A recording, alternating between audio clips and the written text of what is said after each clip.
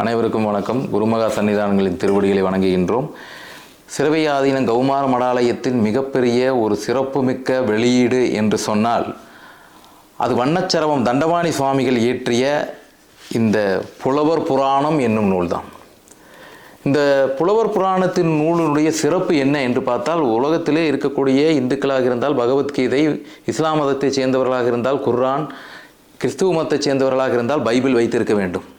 அதே நேரத்திலே தமிழர்களாக இருந்தால் நிச்சயமாக அவர்கள் வைத்திருக்க வேண்டிய ஒரு நூலாக இருந்தால் அது திருக்குறள் என்று சொல்வார்கள்.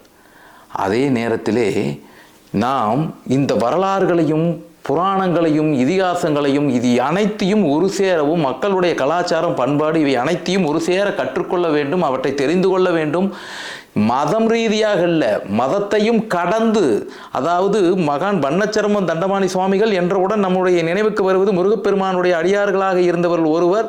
அவர் நிச்சயமாக முருகப்பெருமானுடைய பெருமைகளை சிறப்புகளை மட்டுமே இருந்ததை, அது மட்டும் அல்ல, அறுசமய வழிபாட்டுகளையும் அந்த அறுசமய வழிபாட்டுக்குரிய அந்த மிகப்பெரிய அருளாளர்களை பற்றியும் மட்டும் அன்று இஸ்லாம் மதத்தைச் சேர்ந்த 3 புலவர்களை பற்றியும் கூறக்கூடிய, அவர்களுடைய வரலாற்றை கூறக்கூடிய ஒரு நூலாக அமைந்தது என்றால் இந்த புலவர் புராண நூலாகும்.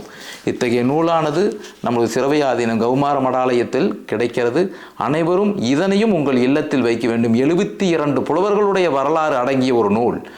சேக்கிழார் பெருமான் இயற்றிய பெரிய புராணம் என்பது மட்டுமே நாம் அறிந்த ஒன்றாக இருக்குதும் ஒரு சமயத்தாரை மட்டும் குறிக்கிறது. அறு சமயத்தாரையும் குறிக்கக்கூடிய ஒரு நூல் உள்ளது என்பதை பெரும்பாலானோர் அறியாத ஒன்றாகும். அத்தகைய சிறப்புமிக்க புலவர் புராண நூலானது அனைவரது இல்லங்களிலும் இருக்க வேண்டும் என்பதை நாம் இத்தகைய வாயிலாக தெரிவித்துக் கொள்கிறோம். நன்றி.